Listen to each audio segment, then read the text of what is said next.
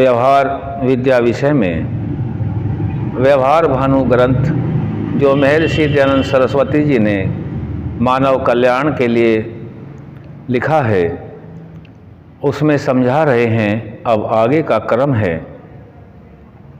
प्रश्न किया जा रहा है, जड़ बुद्धि और तीव्र बुद्धि किसे कहते हैं? जड़ बुद्धि क्या है और तीव्र बुद्धि क्या है, इसका उत्तर दे रहे हैं। जो आप तो समझ ही नहीं सके, परंतु दूसरे के समझाने से भी न समझे, वह जड़ बुद्धि।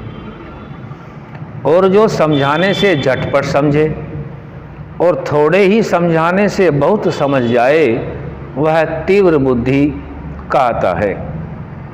यहाँ महाजड़ और विद्वान का एक दृष्टांत स्वामी जी समझा रहे हैं कि कहीं एक रामदास वैरागी का चेला भूपाल दास पाठ करता करता कुएं पर पानी भरने को गया। वहाँ एक पंडित बैठा था। उसने अशुद्ध पाठ सुनकर कहा कि तू श्री गणेशाय नमः ऐसा धोखता है जो शुद्ध नहीं है। श्री गणेशाय नमः ऐसा शुद्ध पाठ कर। तब वह बोला कि मेरे महंत जी बड़े पंडित हैं, उन्होंने जैसा मुझको बताया है वैसा ही धोखूंगा। उसने पानी भरकर अपने गुरु के पास जाके कहो, महाराज जी, एक ब्राह्मण मेरे पाठ को अशुद्ध बतलाता है। तब खाकी जी ने चेलों से कहा कि उस ब्राह्मण को यहाँ बुला लाओ। वह गुरु का फटकारा, मेरे चेले को क्यों बहकाता है और शुद्ध को अशुद्ध क्यों बतलाता है? चेला गया, पंडित जी को बुला लाया। पंडित जी से महंत बोले, तू इसके कितने प्रकार के पाठ जानता है? पंडित ने कहा कि एक प्रकार का। महंत जी ने कहा, तू कुछ भी नहीं जानता। देख, मैं 3 प्रकार का पाठ जानता हूँ।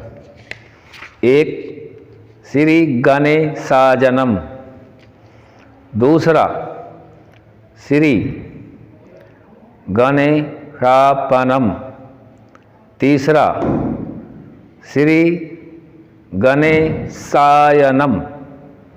पंडित, महंत जी, तुम्हारे पाठ में 5 दोष हैं। प्रथम ष का से, ण का ने, श का सा, य का ज, प बोलना और विसर्जनीय का न बोलना 5 अशुद्ध हैं।